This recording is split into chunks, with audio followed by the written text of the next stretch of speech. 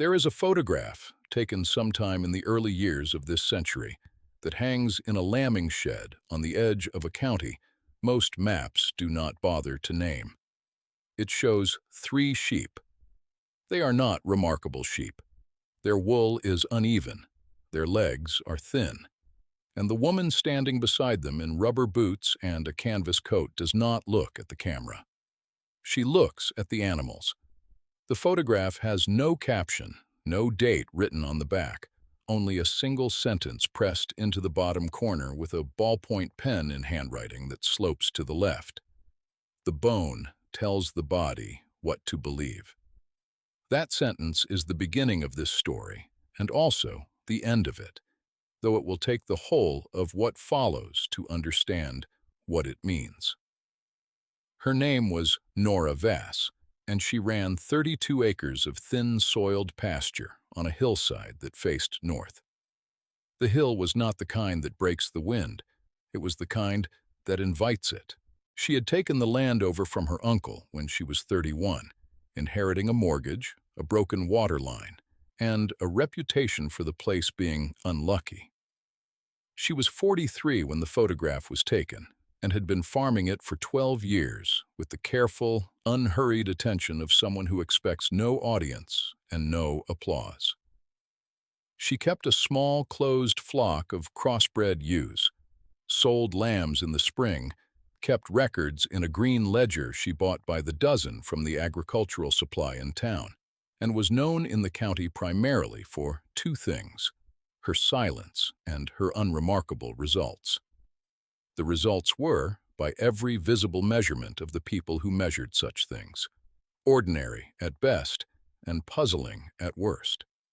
The puzzling part began on a Tuesday in late October, and it began at the kill sale. The kill sale was held on the last Tuesday of each month at the yards outside of Dellerton, 22 miles north along a road that turned to gravel for the last 4 of them. It was not a sale a person went to in order to buy good animals. The kill sale was where animals went when they were no longer worth the cost of wintering. It was, as the regional livestock agent named Curtis Beale liked to say at producer meetings, the market's way of making a decision for you. Curtis Beale said this with the smooth authority of a man who had never doubted a single market in his life. He was 48, broad-shouldered, precise with numbers, and earnest in the particular way that made people trust him even when they should not have. He drove a truck with the county extension logo on the door and arrived at meetings with laminated charts. Nora Vass went to the kill sale that October morning and paid $25 for 3 ewes that the drover listed in the sale sheet as, and the sale sheet is preserved, unthrifty, non-breeding Cull. They were sold as a lot because no one would have bid on any one of them individually. They were 5 and 6 years old. Their teeth were worn, but not broken. Their feet were long and needed work. A woman beside her at the rail said, "Are you feeding those to dogs?" Nora said no. The woman looked at the 3 animals being loaded into Nora's trailer and said nothing further, which was its own kind of answer. Curtis Beale was at the sale that morning, buying weaned lambs for the demonstration flock he managed for the county extension. He saw Nora loading the 3 ewes. He walked across the yard with his hands in his pockets and stood at the trailer gate for a moment and said, "Nora." She looked up. He said, "Those are Cull animals." She said, "I know what they are." He said, "They're not going to produce for you. Those teeth are spent," the drover said. 2 of them didn't settle last season. She closed the trailer latch and said, "They settled before." He stood there a moment longer and then said, in the voice he used for producers he was genuinely worried about, "I only say it because winter feed is not cheap this year."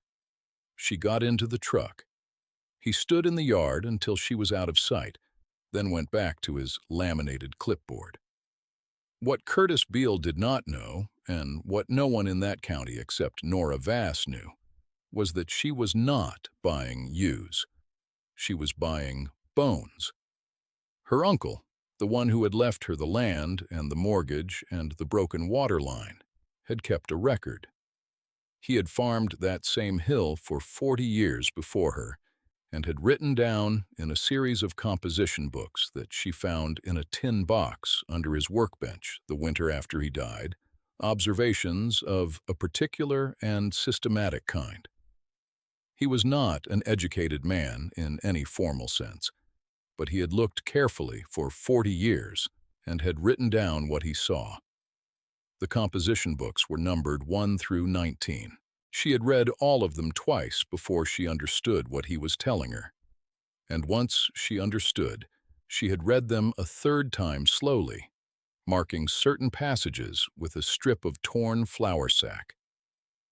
The observation that mattered most, the one she returned to again and again until she had it in her head the way a person has a hymn, was this: a ewe that has thrown good lambs once has the frame for it, still. The frame does not leave. It is only covered over by circumstance. Bad season, bad management, bad luck. Strip the circumstance and read the bone. The bone tells the body what to believe. There it was, plain in his handwriting, written in the third composition book, in an entry dated a wet April more than 30 years before she bought the 3 culls at the kill sale.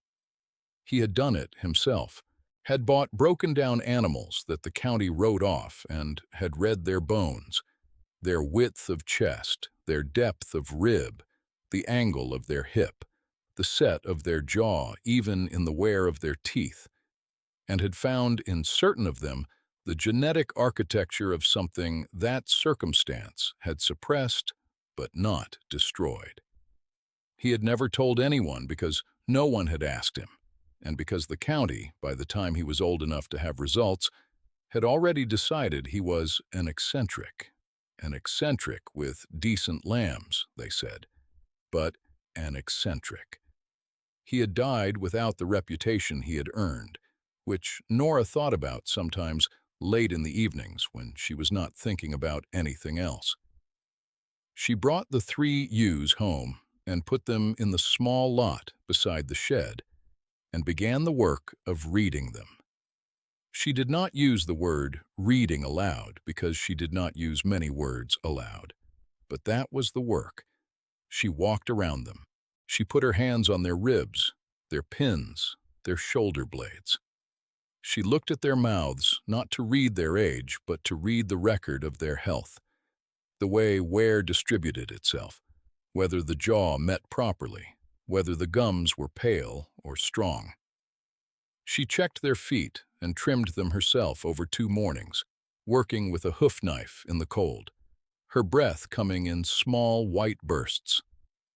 She gave them a fortnight on good hay, mineral, and clean water, and watched how they ate, whether they stood at the bunk or hung back, whether their fleece began to bloom or stayed flat and staring.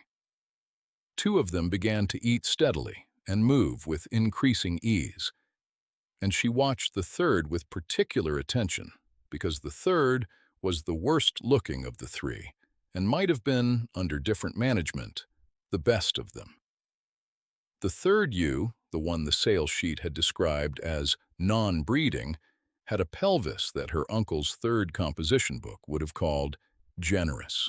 She had a chest that, even under the hard covering of a bad year, held its width. She had a jaw that met true.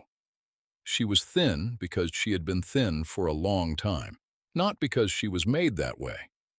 By January, all 3 were in condition.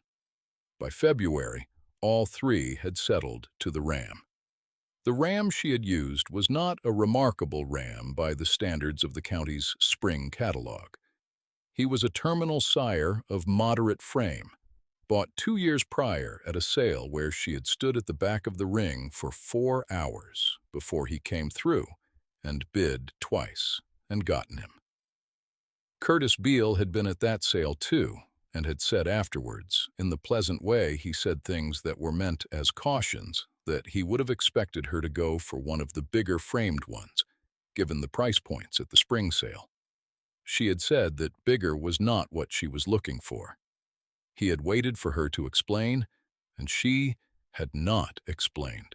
The spring sale in question, the one that Curtis Beale was referring to, was the county's annual prime lamb sale held each April at the Dellerton Yards.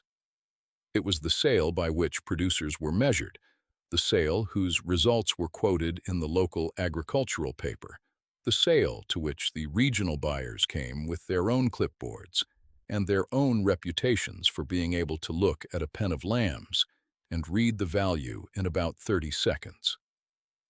It was not a forgiving sale. It sorted producers into categories as cleanly as anything Nora had ever seen, and for the 12 years she had been farming the hill, her lambs had sold in the middle of the draw. Not embarrassing, not distinguished. The spring that followed the October when she bought the 3 culls for $25 was a spring that Nora had been working toward for 3 years.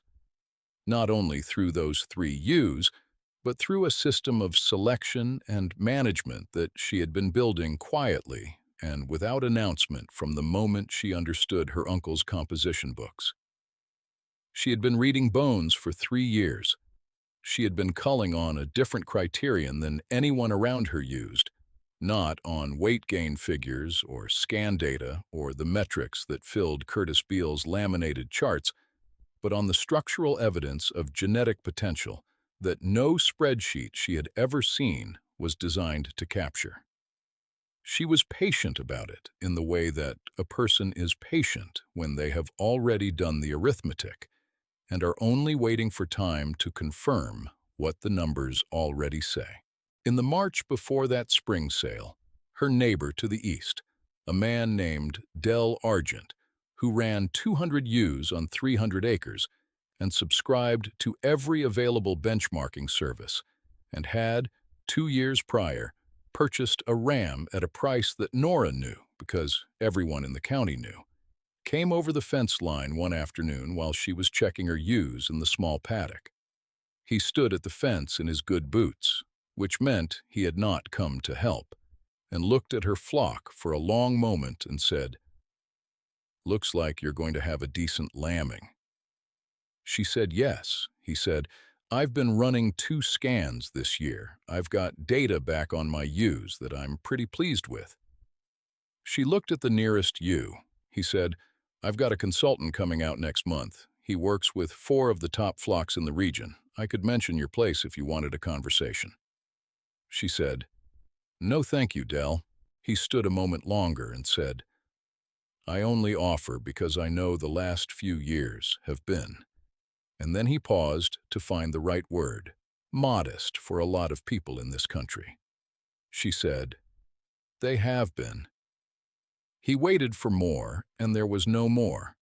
He went back over the fence line to his 300 acres, and his benchmarking subscriptions, and his upcoming consultant visit. And she went back to reading the ewes. Her ally in this, the one person who had seen the system for what it was a younger woman named Petra Maines, who had come to Nora's gate one spring 2 years prior, looking for work. She had studied animal science for 2 years before leaving to come back to the district, and she had stood in Nora's small lot watching Nora go through the ewes with her hands and her eyes, and said, after perhaps 20 minutes of silence, "You're selecting on phenotype for structure, not just production records." Nora had looked at her. She had said, "Your uncle did the same thing." And Nora had said, "You knew my uncle." And Petra had said, "I read his field notes. They were donated to the Agricultural College Library after he died. There's a file box of them. Only 2 of them had ever been checked out. Petra Maines had been both of them. They had worked together since then with the efficiency of people who do not need to explain themselves to one another, which is the most useful kind of working relationship there is. Petra kept the lamb growth records, cross-referenced them against the structural notes Nora made at birth, and after 2 seasons, she was reading bones alongside Nora without instruction, her hands learning what her eyes already suspected. The lambing that spring was hard. March came in warm and turned cold again in the second week, dropping to temperatures that the ewes could manage but that were hard on newborn lambs in the hours before they were dry. Nora and Petra took turns through the nights. There were 61 ewes in lamb, including the 3 culls from the October sale, and there were 11 nights that required one or both of them to be in the shed. Nora drank tea from a thermos, and Petra slept in the hay on a canvas ground sheet, and they lost 2 lambs in the whole of it, which was a number that Nora noted in the green ledger with the kind of quiet satisfaction that looks from the outside like no expression at all. The 3 Cull Ewes produced, between them, 5 lambs. The ewe the sale sheet had called non-breeding threw twins. The lambs were strong at birth, and they grew with the focused, even persistence of animals that seem to understand they are working against a reputation. By 8 weeks, they were ahead of every comparable group on the place. By 12 weeks, the best of the 5 would have stopped anyone who looked at it, which is a specific thing to say about a lamb. To stop a person who looks at it is to make the person stand still in a paddock they were already walking through and turn back and look again. The April sale at Dellerton. The spring had been dry and the grass was behind, and the buyers who arrived from the regional processing plants and the supermarket supply chains and the export handlers came with the careful wariness of people who have driven a long way to be disappointed. The yardsmanship was the usual controlled commotion of that particular sale. The clatter of metal gates, the smell of lanolin and fresh dung, the men with earpieces walking the pens with expressions of professional neutrality that could not quite conceal whether they were interested or not. Del Argent had entered 3 pens of lambs. His heaviest pen averaged 42 kilograms. He had told Nora at the mailboxes 2 weeks prior that his consultant had been very positive. He said the word consultant with a particular kind of reverence that Nora had noticed people used for those whose authority cost them money. Nora had entered 2 pens. The first pen was 22 lambs from the main flock. The second pen was the 5 lambs from the 3 Cull Ewes, kept together because she wanted to see them sold as a group and because she wanted to know what the buyers would say.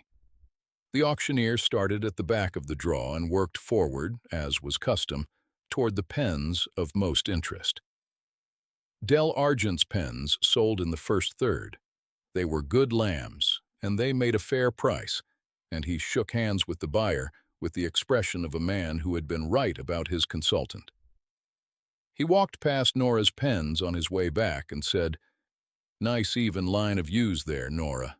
And she said, "Yes." He looked at the second pen, the 5 from the Cull Ewes, and his expression was careful. He said, "Those are something." She said, "Yes, they are." He said, "What did you put over those?" She told him the ram. He frowned slightly because he knew the ram, and the ram was not expensive, and was not the sort of ram people pointed to when they explained their top-end lambs. He said, "That's a good result." And then he went back to watching the auctioneer. The first pen made a price in the upper third of the day. The second pen, the 5 lambs from the 3 ewes that had cost $25 in October, made the highest price of the entire sale. The buyer who took them was from one of the larger supply chain groups, and he stood outside the pen for 90 seconds before the auctioneer reached it, which is a long time for a buyer to stand in one place at a sale. He bought them at a price that the local agricultural paper would report the following Thursday, under the heading, "Top Pens, Spring Sale, a heading that Nora's name had not appeared in before. The price was $3.20 a kilogram, dead weight equivalent, which was the number the paper printed. But the number that stayed in the district's memory was simpler than that. $3. $3 against $25 for 3 ewes. The kill sale hadn't wanted. Nora was not at the yards when the second pen sold. She had gone to get tea from the canteen and was standing at the window with the cup in both hands when Petra came and told her. She nodded. She drank the tea. Petra said, "Are you not going back in?" Nora said, "In a minute." Petra understood that "in a minute" meant when the feeling had settled into something that could be carried without difficulty. So Petra went back in, and Nora stood at the window and looked at the yards and at the hills past the yards that were brown in the April dry. And she was not triumphant, and she was not vindicated in any way that resembled celebration. She was tired in the way that a person is tired when they have been right for a long time in private. Curtis Beale found her at the gate on the way out. He was holding his clipboard, and his expression was the one he wore when he was genuinely at a loss, which was not an expression she had seen often on him. He said, "Nora, I want to say something." She waited. He said, "Those lambs from your second pen." She waited. He said, "I would not have predicted that result from those ewes in October." He stopped. She could see that what he was saying was costing him something, not because he was a cruel man, he was not, but because he was a man whose authority rested on his ability to predict, and a result he had not predicted was a crack in the floor he stood on. She said, "No." He said, "I think I was wrong to say what I said at the yards." She looked at him and she said, "It was a reasonable thing to say from where you were standing." He blinked. He had expected, perhaps, correction or silence. He had not expected to be let off gently.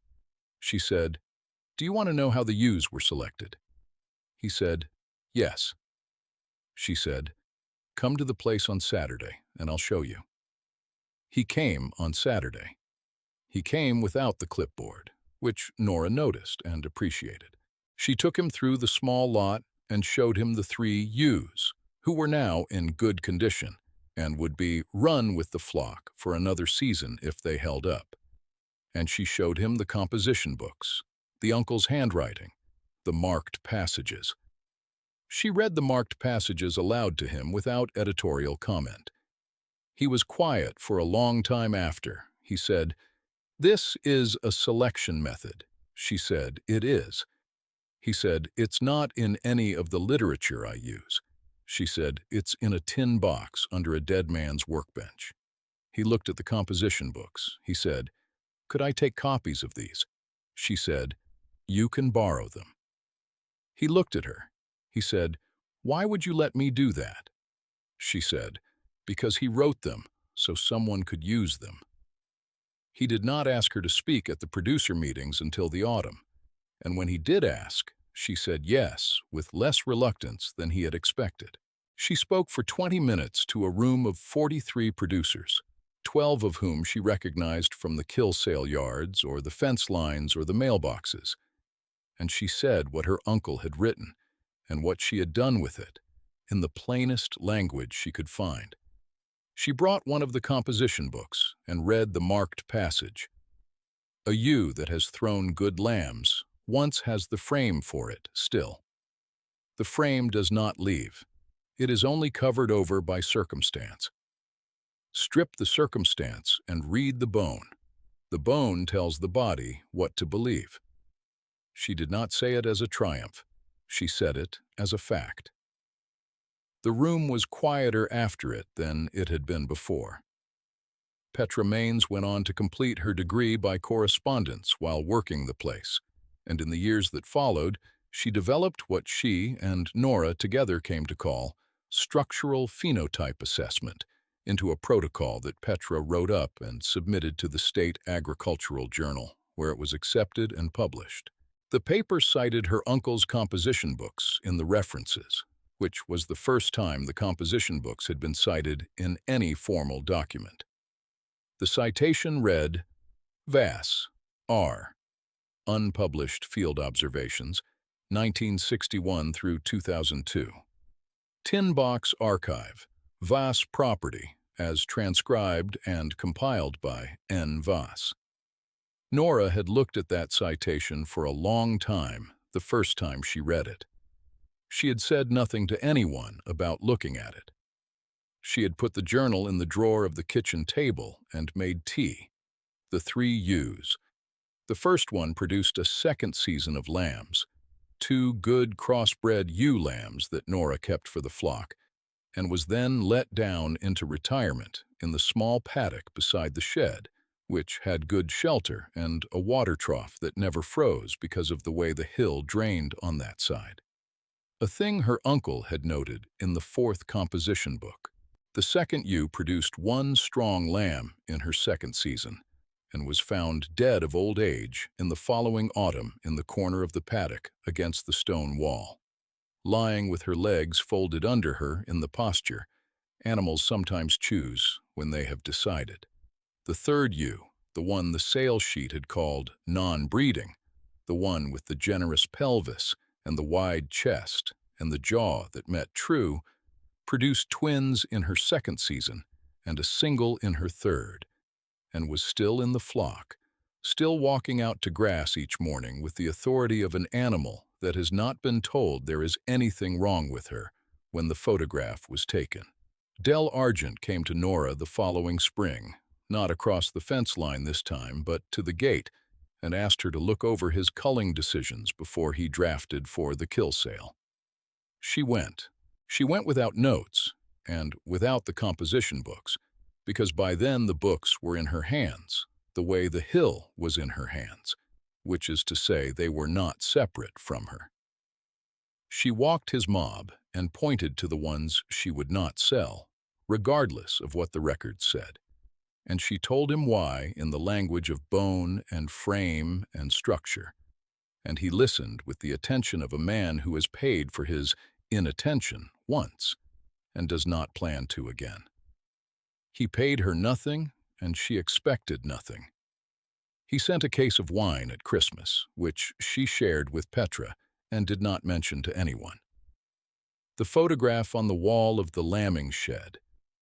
It is more worn now than it was in the early years because the shed is used each winter and the photograph is passed by each morning and touched, sometimes without thinking. The way people touch things that have come to carry meaning, they cannot fully put into words.